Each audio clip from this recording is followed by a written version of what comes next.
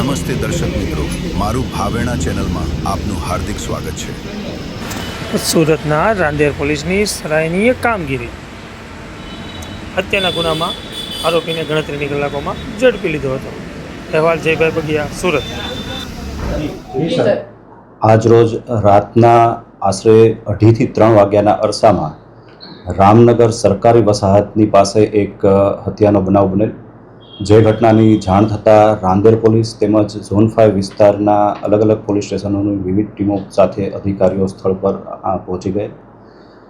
ગુનો બનવાનું કારણ અને આરોપીની ઓળખ અને ધરપકડ માટે વિવિધ ટીમો બનાવી કાર્યવાહી કરવામાં આવેલી.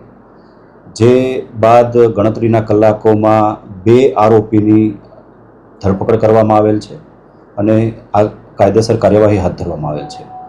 સમગ્ર બનાવ જે છે એ સાંજના અરસામાં મૃતક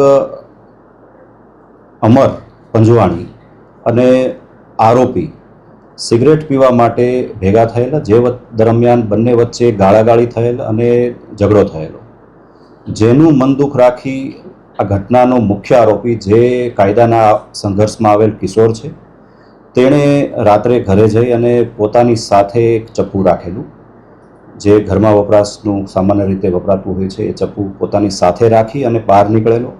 અને આ ગુનામાં સહ આરોપી તરીકે જે સામેલ છે તે સંઘર્ષમાં આવેલ કિશોરના મિત્ર શ્રવણ ઉર્ફે ગોપાલને પોતે સાથે રાખી ફરીથી સિગરેટ પીવા જવા માટેની વાત કરેલી. અને આ શ્રવણ મારફતે જ તે મૃતક કાલુ પંજવાણીને સંપર્ક કરેલ હોવાની પ્રાથમિક હકીકત અત્યારે તપાસ દરમિયાન જણાયેલ છે.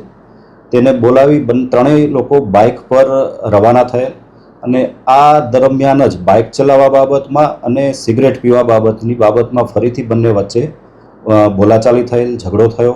અને ઝઘડાના પરિણામે જે ઘટના સ્થળ છે ત્યાં આરોપી દ્વારા પોતાની સાથે લાવેલું ચપ્પુનો એક ઘા મૃતકને મારી દેવામાં આવેલો, જે બાદ તેની મૃત્યુ નિપજેલું છે.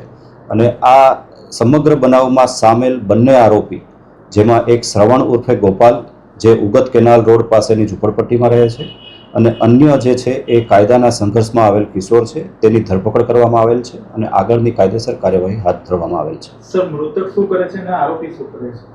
મૃતકને રાંદેર વિસ્તારમાં 2-વ્હીલર ઓટો ગેરેજ ચલાવે છે અને એ રીતે પોતાનું ગુજરાન ચલાવતો હતો.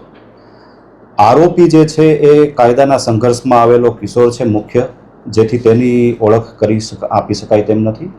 અન્ય જે સાથે રહેલ આરોપી છે તે એક જે ઇવેન્ટ મેનેજમેન્ટ છે તેમાં એક સામાન્ય જે નોકરી કરે છે અને એ રીતે પોતાનું ગુજરાન ચલાવે છે.